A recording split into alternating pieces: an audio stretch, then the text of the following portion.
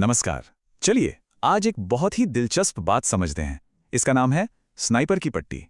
ये हमें बताएगी कि कैसे मुश्किल से मुश्किल हालात में कुछ बहुत ही सीधे साधे और कभी-कभी तो अजीब लगने वाले जुगाड़ ही असल में जान बचा सकते हैं। अब जरा एक ऐसी राइफल के बारे में सोचिए जो कई लड़ाइयां देख चुकी है, और जैसा कि यहां दिख रहा है उस पर एक बड़ी अजीब सी चीज है।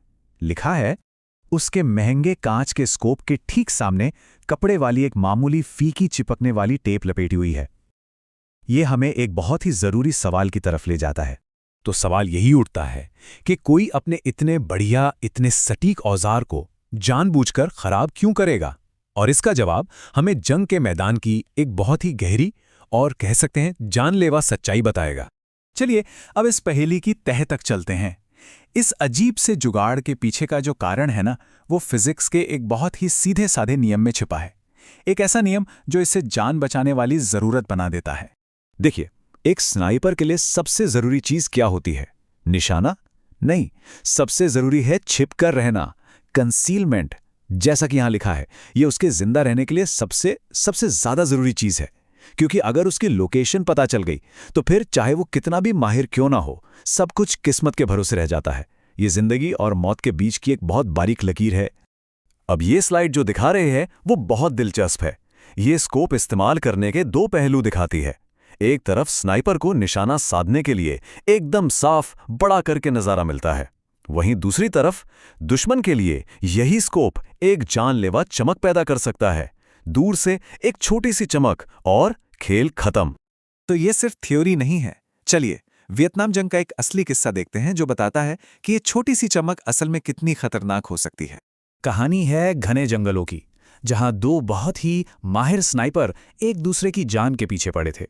इनमें से एक थे अमेरिकी मरीन स्नाइपर कार्लोस हैथकॉक, अपने जमाने के सबसे खतरनाक निशानेबाजों में से एक। कई घंटों तक एकदम सांस रोककर इंतजार करने के बाद हैथकॉक को दूर कहीं एक बहुत ही हल्की सी चमक दिखाई दी, बस एक पल के लिए, और वो समझ गए ये उनके दुश्मन की मौजूदगी का इशारा था। एक ऐसी गलती जो जानलेवा साबित होने वाली थी। बिना एक पल सोचे हैथकॉक ने उस चमक की तरफ गोली चला दी। बस एक गोली और एक चमक का नतीजा। और नतीजा क्या हुआ यकीन करना मुश्किल है, पर हैथकॉक की गोली सीधे दुश्मन के स्कोप के बीच से निकली और उसकी जान ले ली। ये एक ऐसा शॉट था जो निशानेबाजों की दुनिया में एक कहानी बन गया। तो इससे सबक क्या मिलता है? बहुत सीधा और कड़वा सबक। रोशनी रिफ्लेक्ट करती है और ये रिफ्लेक्शन जान ले लेती है। लेकिन सवाल अब भी वही है, इस प्रॉब्लम से बचा कैसे जाए? तो स्कोप का फायदा भी चाहिए और इस छोटे से आने वाली मुसीबत से बचना भी है। तो क्या किया जाए? इसका जवाब जुगाड़ के लॉजिक में है। और ये रहा वो कमाल का लेकिन एकदम सीधा साधा समाधान जिसे स्नाइपर की पट्टी कहते हैं। करना क्या है? पहला कदम, स्कोप के आगे वाले शीशे पर टेप लगा दो। दूसरा कदम, टेप के बिल्कुल बीच में एक छोटा सा छेद कर दो। बस हो गया। अब इसका नतीजा क्या होता है? ये एक तरह का सौदा है। स्नाइपर को जो नज़ारा दिखता है वो थोड़ा धुंधला हो जाता है, थोड़ा छोटा हो जाता है, लेकिन इसके बदले में जो मिलता है वो अनमोल है। दुश्मन को कुछ भी नहीं दिखता, जरा सी भी चमक नहीं। मतलब जिंदा रहने की गारंटी बढ़ जाती है। और ये जो जुगाड़ वाला माइंडसेट है ना, ये सिर्फ स्कोप्स तक ही सीमित नहीं है, ये तो सर्वाइवर की टूल किट का हिस्सा है। जैसा कि यहां देख सकते हैं, चाहे वो स्कोप की जानलेवा चमक को छिपाना हो, या राइफल पर कोई जरूरी सामान बांधना हो, या फिर किसी गाड़ी को बस इतना चला लेना हो कि वो सुरक्षित जगह तक पहुंच जाए, ये सब जुगाड़ ही है। तो हमने ये तो देख लिया कि ये छोटे छोटे जुगाड़ काम कैसे करते हैं। अब थोड़ा पीछे हटते हैं और बड़ी पिक्चर को देखते हैं। ये छोटी छोटी तरकीबें हमें लड़ाई की असलियत के बारे में क्या बताती हैं? यहाँ एक बहुत गहरी बात कही गई है कि जंग बड़े बड़े आदर्शों या शानदार डिज़ाइन को इनाम नहीं देती, वो सिर्फ उस चीज़ को इनाम देती है जो काम करती है।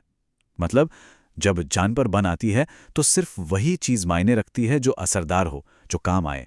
एक और बात समझना जरूरी है, ये जो बदलाव हैं ये किसी जीनियस के दिमाग की उपज नहीं है। ये असल में जिंदा रहने के लिए की गई कोशिशें हैं। ये ज़रूरत से पैदा होती हैं, किसी प्लानिंग से नहीं। तो आखिर में सवाल ये है कि सबसे स्मार्ट चाल कौन सी होती है? शायद वो जिसकी किसी ने कोई प्लानिंग ही नहीं की थी, ये हमें बिना किसी तैयारी के हालात के हिसाब से ढल जाने की ताकत के बारे में सोचने पर मजबूर करता है। और शायद यही वो कला है जो सिर्फ जंग के मैदान में ही नहीं बल्कि जिंदगी में टिके रहने के लिए सबसे जरूरी है।